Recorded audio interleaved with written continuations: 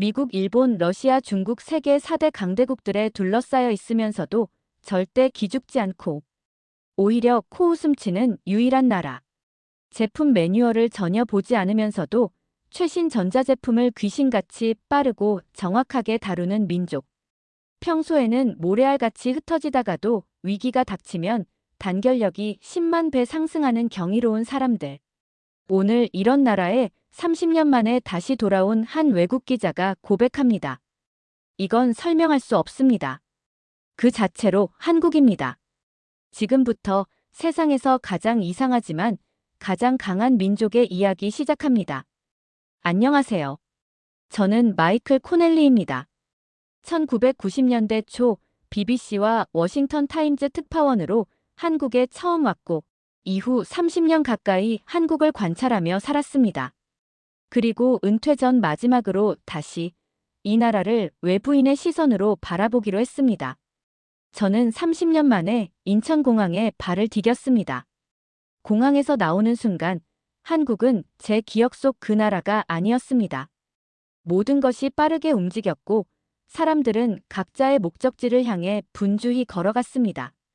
과거에 조용하고 예의 바른 한국인들은 어디로 간 걸까요? 제 앞에는 전화기를 붙들고 격하게 통화하는 젊은이들이 있었습니다. 어떤 이는 목소리를 높여 욕설까지 내뱉고 있었습니다. 이게 한국인가요? 제가 알던 그 예의 바르고 조용한 민족이 맞나요? 택시를 타고 서울로 향하는 길, 창밖으로 보이는 풍경은 더욱 혼란스러웠습니다. 왜 이렇게 보세요? 택시 기사가 백미러로 저를 바라보며 물었습니다. 아, 죄송합니다. 한국이 많이 달라졌네요. 30년 전과는 완전히 다른 나라 같습니다. 그는 웃으며 대답했습니다. 외국인이세요? 그럼 이해가 안 되실 만하죠. 우리도 우리를 설명하기 어려워요. 호텔에 도착해 짐을 풀던 중 제 마지막 책에 가제목을 적은 메모장을 꺼냈습니다. 한국 위대한 착각이라고 쓰여 있었습니다. 저는 외신 기자로 30년간 여러 나라의 이야기를 다뤄왔고 이제 은퇴를 앞두고 마지막 책으로 한국을 선택한 것입니다. 왜 한국이었을까요? 아마도 제 커리어를 시작했던 그곳에서 마무리하고 싶었던 것 같습니다. 하지만 이제 보니 제가 알던 한국은 사라진 듯 했습니다. 다음 날, 저는 인터뷰 약속이 있었습니다. 유나라는 이름의 젊은 통역사이자 문화 컨설턴트였습니다. 그녀는 제가 예상했던 것보다 훨씬 직설적이었습니다. 마이클 씨, 어제 첫인상은 어땠어요? 많이 놀라셨죠? 혼란스러웠습니다. 욕설, 줄서기, 광기 같은 소비. 이게 한국인가 싶더군요. 유나는 웃으며 고개를 끄덕였습니다. 많은 외국인들이 그렇게 느껴요. 하지만 우리는 감정적이면서도 공공적이에요. 다른 말로 하면 개인의 감정을 강하게 표현하지만 동시에 집단적 행동에도 능해요. 누군가 도움이 필요하면 자기 일처럼 뛰어드는 거죠. 하지만 그건 모순 아닌가요? 개인적이면서 어떻게 공공적일 수 있죠?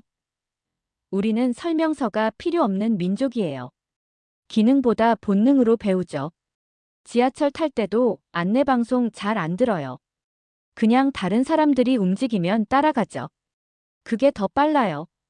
그녀의 말이 제 머릿속에서 맴돌았습니다. 한순간에는 격렬하게 화를 내다가도 다음 순간에는 웃으며 동료와 삼겹살을 나누는 모습, 강렬한 감정 표현 뒤에 이어지는 단결된 행동들. 이건 마치 감정이 생산성이 되는 유일한 나라라고 할까요? 유나가 제 생각을 읽기라도 한 듯 말했습니다. 우리는 화도 내고 욕도 하지만 그 감정이 에너지가 돼서 무언가를 해내요. 화가 나면 리뷰를 남기고 그 리뷰가 제품을 개선시키죠. 분노가 변화의 원동력이 되는 거예요. 그 순간 저는 이 책의 방향성을 다시 생각해야겠다고 느꼈습니다. 한국 위대한 착각이라는 제목은 이제 적절하지 않았습니다. 이 나라는 착각이 아니었습니다. 이것은 제가 아직 이해하지 못하는, 설명할 수 없는 어떤 것이었습니다. 그리고 저는 그것을 알아내고 싶었습니다. 다음 날 아침, 유나는 저를 대형 전자제품 매장으로 데려갔습니다. 매장 안으로 들어서자마자 제 눈을 사로잡은 건 수많은 사람들이 진열된 제품 앞에서 휴대폰을 들고 무언가를 열심히 확인하는 모습이었습니다. 그들은 제품을 보면서 동시에 리뷰를 검색하고 가격을 비교하고 때로는 그 자리에서 직접 리뷰를 작성하고 있었습니다. 저 사람들이 지금 뭘 하는 거죠? 실시간으로 정보를 공유하고 있어요. 방금 본 제품에 대한 생각, 다른 사람들의 의견, 더 나은 가격을 찾을 수 있는 곳. 모든 걸 동시에 처리하고 있죠. 그녀의 말에 저는 더욱 혼란스러워졌습니다. 하지만 그렇게 빨리 결정을 내릴 수 있나요? 그것도 제품을 몇 분 보고서요. 우리는 논리적 판단보다 감정 처리 속도가 빨라요. 직감이라고 할까요? 그리고 그 직감은 집단지성으로 보완돼요. 매장을 둘러보던 중 한 코너에서 소란이 일어났습니다. 한 고객이 직원과 큰 소리로 이야기하고 있었습니다. 놀랍게도 직원은 굉장히 침착하게 대응했습니다. 네, 고객님. 저희도 해당 문제를 인지하고 있습니다. 실제로 다음 펌웨어 업데이트에서 수정될 예정이에요. 고객님들의 피드백 덕분에 빠르게 개선될 수 있었습니다. 아, 정말요? 언제 업데이트 예정인가요? 이번 주 금요일이요. 원하신다면 업데이트 알림을 보내드릴게요. 네, 그래주세요. 감사합니다.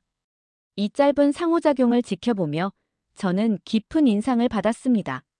방금 본 게 한국 소비 문화의 핵심이에요. 우리는 불만을 강하게 표현하지만 그것이 수용되고 개선될 거라는 약속만 있으면 바로 만족합니다.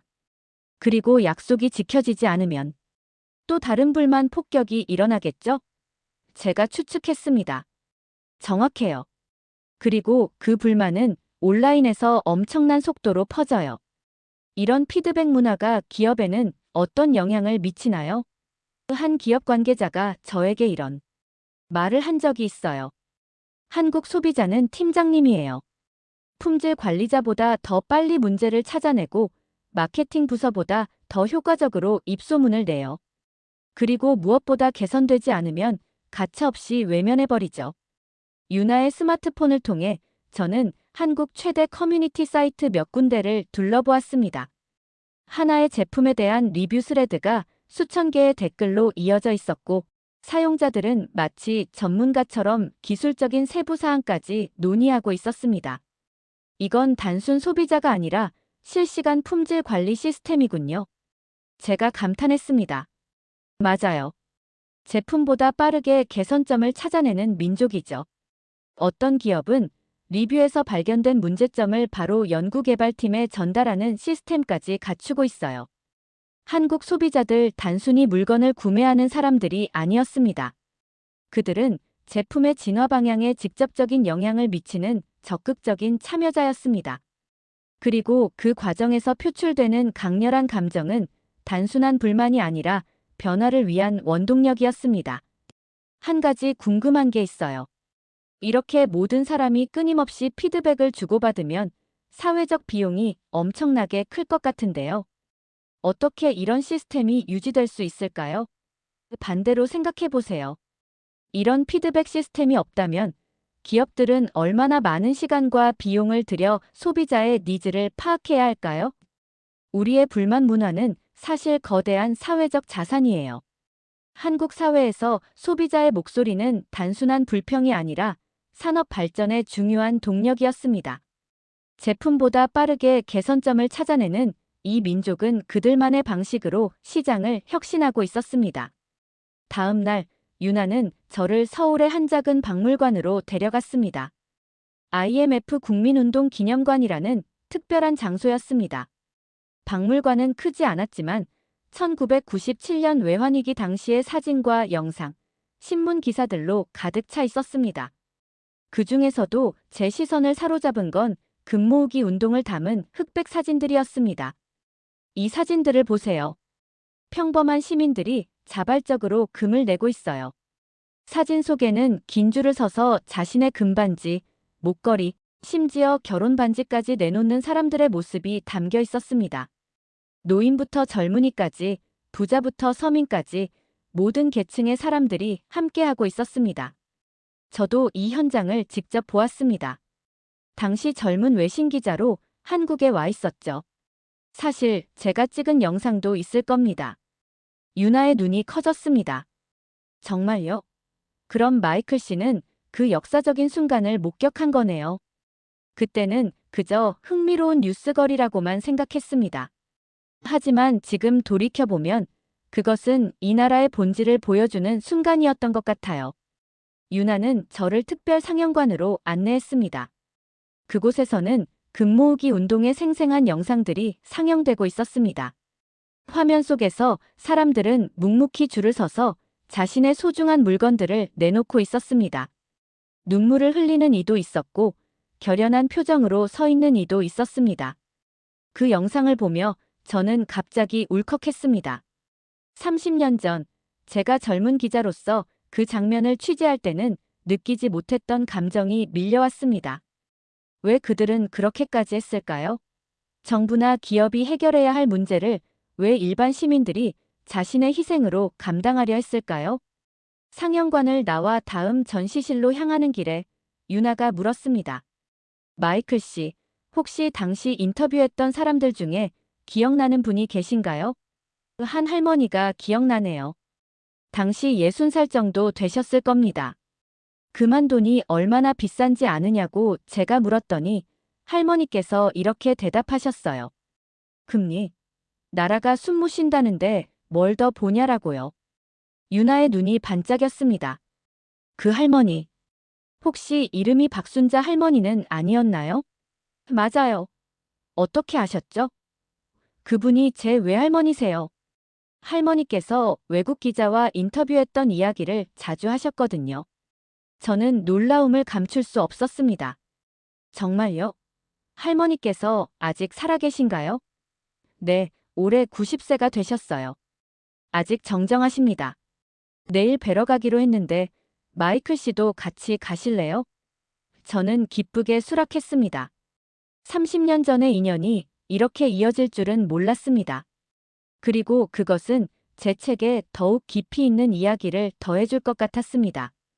다음 전시실에서는 IMF 이후 한국 경제의 급속한 회복을 보여주는 자료들이 전시되어 있었습니다.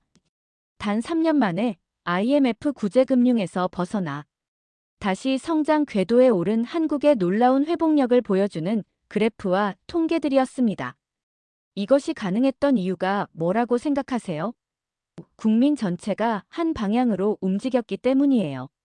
정부의 구조조정 정책에 기업들은 따랐고 노동자들은 고통을 감내했으며 소비자들은 국산품 애용에 동참했어요.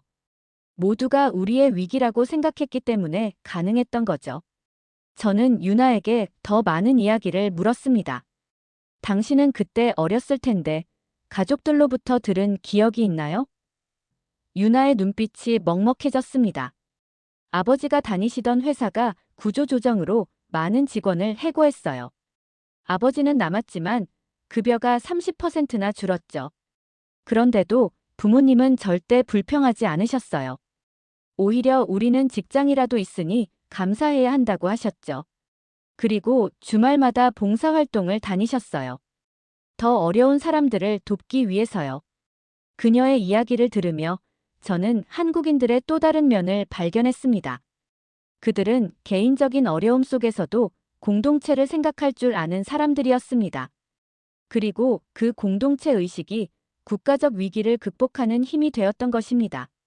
나라 살리자고 금을 내던 평범한 시민들, 재난 현장에서 자발적으로 돕는 사람들, 그리고 위기마다 단결하는 국민들. 이것이 한국의 진정한 모습이 아닐까요? 다음 날, 저는 유나와 함께 경기도 분당에 있는 요양원을 찾았습니다. 박순자 할머니는 밝은 미소로 우리를 맞아주셨습니다. 90세라는 나이가 믿기지 않을 정도로 정정하셨습니다. 아이고, 외국 기자 아저씨. 할머니는 저를 보자마자 반갑게 말씀하셨습니다. 기억하고 있었어. 그때 내 말 다 적어가더니 진짜 신문에 실었어. 저는 감동했습니다. 네, 할머니. 뉴욕에 있는 신문에 실렸습니다. 할머니 말씀이 전 세계 사람들에게 전해졌어요. 할머니와 이야기를 나누면서 저는 30년 전의 그날을 더욱 생생하게 기억해낼 수 있었습니다. 할머니께서는 당시 금모으기 운동에 참여하셨을 뿐만 아니라 이웃들을 모아 함께 참여하도록 독려하셨다고 합니다. 나라가 어려울 때는 다 같이 힘을 모아야지. 내가 뭐 대단한 걸 했나? 그저 할 수 있는 걸 한 것뿐이야. 할머니의 겸손한 말씀 속에서 저는 한국인들의 위기 대응 방식의 본질을 엿볼 수 있었습니다. 그것은 거창한 애국심이나 희생정신이 아니라 그저 해야 할 일을 당연하게 여기는 태도였습니다. 오후에 유나는 저를 강남의 한 스타트업 허브로 안내했습니다. 이곳은 수백 개의 신생 기업들이 모여 있는 곳으로 건물 전체가 에너지로 가득 차 있었습니다. 젊은이들은 카페에서, 복도에서, 심지어 계단에서도 열정적으로 토론하고 있었습니다. 이곳이 바로 한국의 현재와 미래를 보여주는 공간이에요. 이제 우리는 위기를 넘어 기회를 만들어내는 단계로 접어들었어요. 우리는 미래 모빌리티라는 스타트업의 대표와 미팅 약속이 있었습니다. 35살의 젊은 CEO 김준호는 자신의 회사 사무실에서 우리를 맞이했습니다. 우리 회사는 이제 창업 3년 차예요. 처음에는 직원 셋으로 시작했는데 지금은 150명이 넘습니다. 굉장한 성장률이네요. 비결이 뭔가요? 선택과 집중이요. 그리고 빠른 실패를 두려워하지 않는 문화요. 김준호는 자신의 창업 스토리를 들려주었습니다. 처음에 그가 개발한 서비스는 시장에서 철저히 외면받았습니다. 두 번째 시도한 사업 모델도 반년 만에 접어야 했습니다.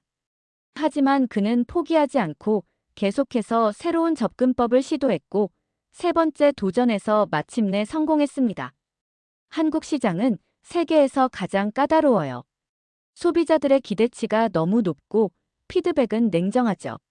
하지만 그 덕분에 우리는 더 빨리 성장할 수 있었어요. 그의 말을 들으며 저는 전자제품 매장에서 본 한국 소비자들의 모습을 떠올렸습니다. 그들의 엄격한 기준과 직설적인 피드백이 오히려 기업의 성장, 동력이 될 수 있다는 것을 이제야 이해할 수 있었습니다. 김 대표님, 한국의 스타트업 생태계가 이렇게 빠르게 성장할 수 있었던 이유가 뭐라고 생각하세요? 위기를 견뎌본 경험이죠. IMF 이후 한국인들은 더 이상 안정만을 추구하지 않게 됐어요. 오히려 위험을 감수하는 법을 배웠죠. 그리고 무엇보다 우리는 빠른 속도에 익숙해졌어요. 김준호의 사무실을 나와 건물 옥상에 있는 라운지로 향했습니다. 그곳에서는 여러 스타트업 창업자들이 자유롭게 네트워킹을 하고 있었습니다. 이 건물에 있는 모든 스타트업 중에 5회를 넘길 회사는 몇 개나 될까요? 유나가 갑자기 물었습니다. 글쎄요, 반 정도요? 20%면 성공적이라고 봐요. 나머지는 모두 실패하거나 다른 회사에 인수될 거예요. 하지만 여기서 중요한 건 실패한 창업자들이 다시 도전한다는 거예요. 실패가 끝이 아니라 경험이 되는 거죠. 저는 혼란스러웠습니다. 이렇게 과열되는데 왜 붕괴가 안 오는 거지? 이런 급속한 성장과 경쟁은 언젠가 거품으로 이어질 것 같은데요. 유나는 미소를 지었습니다. 과열이 아니라 훈련이에요. 매일이 테스트니까요. 한국인들은 이미 몇 번의 경제 위기를 겪었고 그때마다 빠르게 적응하는 법을 배웠어요. 마치 면역 체계가 강화된 것처럼요. 우리는 라운지에서 또 다른 스타트업 대표를 만났습니다. 40대 후반으로 보이는 박지원 대표는 3번의 창업 실패 끝에 이제 10년 차 기업을 이끌고 있었습니다. 한국은 재난도 시스템처럼 감당해요. 박지원 대표가 말했습니다. 위기가 오면 사람들은 자연스럽게 자신의 역할을 찾아가죠. 정부의 지시를 기다리기보다는 스스로 움직이기 시작해요. 그의 말은 개인도 위기 대응 매뉴얼을 가진 나라라는 유나의 설명과 일맥상통했습니다. 위기 때마다 경제, 방역, 사회까지 한 몸처럼 움직인 구조가 있었던 것입니다. 한국인들은 위기를 두려워하지 않는 것 같아요. 오히려 위기 속에서 더 강해지는 것 같고요. 유나는 고개를 끄덕였습니다.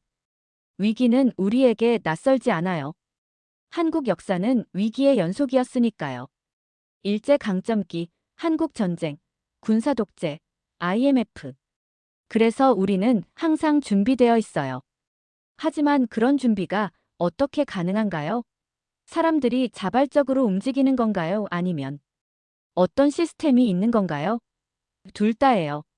공식적인 시스템도 있지만 더 중요한 건 우리 안에 내재된 비공식적인 행동 패턴이에요. 가족과 이웃을 돕는 것, 공동체를 위해 희생하는 것, 빠르게 정보를 공유하는 것. 이런 것들이 위기 상황에서 자연스럽게 발현되죠. 한강의 야경을 바라보며 저는 이 도시와 이 나라가 어떻게 수많은 위기를 견뎌왔는지 조금씩 이해하기 시작했습니다. 그것은 단순한 운이나 외부의 도움 때문만은 아니었습니다. 위기를 기회로 바꾸는 그들만의 독특한 능력이 있었던 것입니다. 다음 날 아침, 유나는 저를 서울 마포구에 있는 한 중견기업의 본사로 안내했습니다. 테크노바라는 이 회사는 최근 몇 년 사이 급성장한 전자기기 제조업체로 특히 스마트홈 기기 분야에서 두각을 나타내고 있었습니다. 이 회사가 특별한 이유는 제품 개발 주기가 믿을 수 없을 만큼 짧기 때문이에요. 유나가 설명했습니다. 보통 전자제품은 기획부터 출시까지 최소 1년이 걸리는데 이 회사는 평균 넉 달이면 새 제품을 내놓아요. 테크노바의 연구개발 책임자인 이민우 이사가 우리를 맞이했습니다. 저희 회사의 철학은 간단합니다. 빨리 실패하고 더 빨리 수정하라입니다.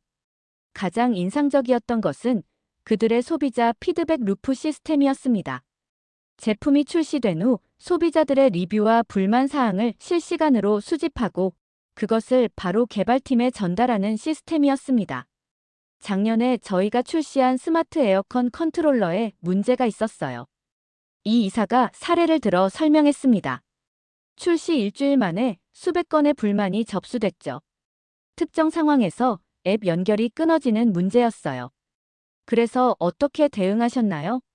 즉시 개발팀을 소집했고 2주 만에 펌웨어 업데이트를 배포했습니다.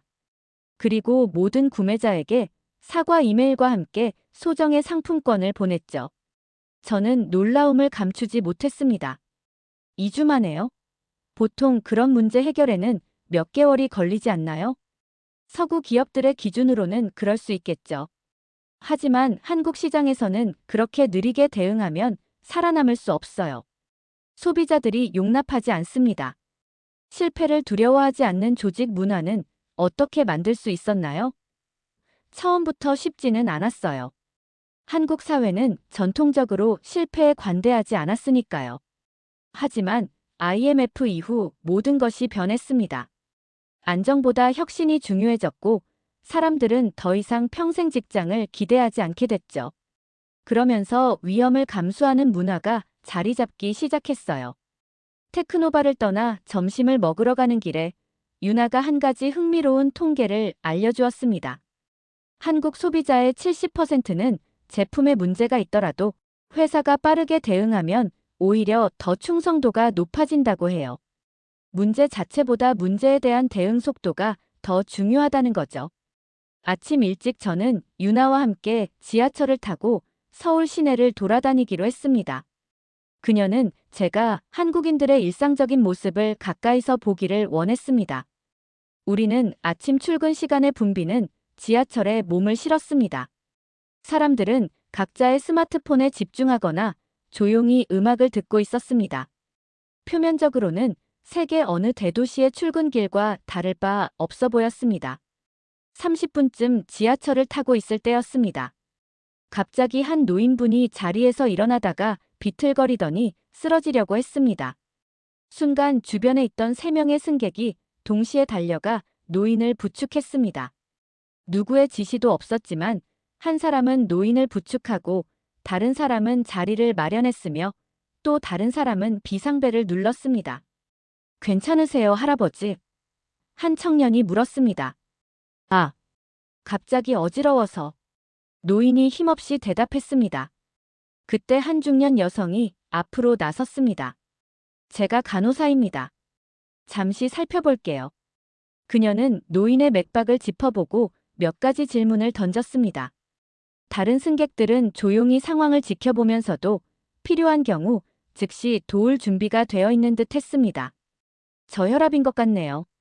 다음 역에서 내려서 잠시 쉬시는 게 좋겠어요. 다음 역에 도착했을 때 2명의 청년이 자발적으로 노인을 부축해 역사로 데려갔습니다. 역무원이 달려와 상황을 파악했고 간호사 여성은 역무원에게 간단히 상황을 설명했습니다. 그리고 지하철은 다시 출발했습니다. 전체 과정은 10분도 채 걸리지 않았습니다. 누구도 큰 소리를 내거나 혼란스러워하지 않았고 각자 자신의 역할을 자연스럽게 찾아 행동했습니다. 저는 깊은 인상을 받았습니다. 정말 놀랍군요.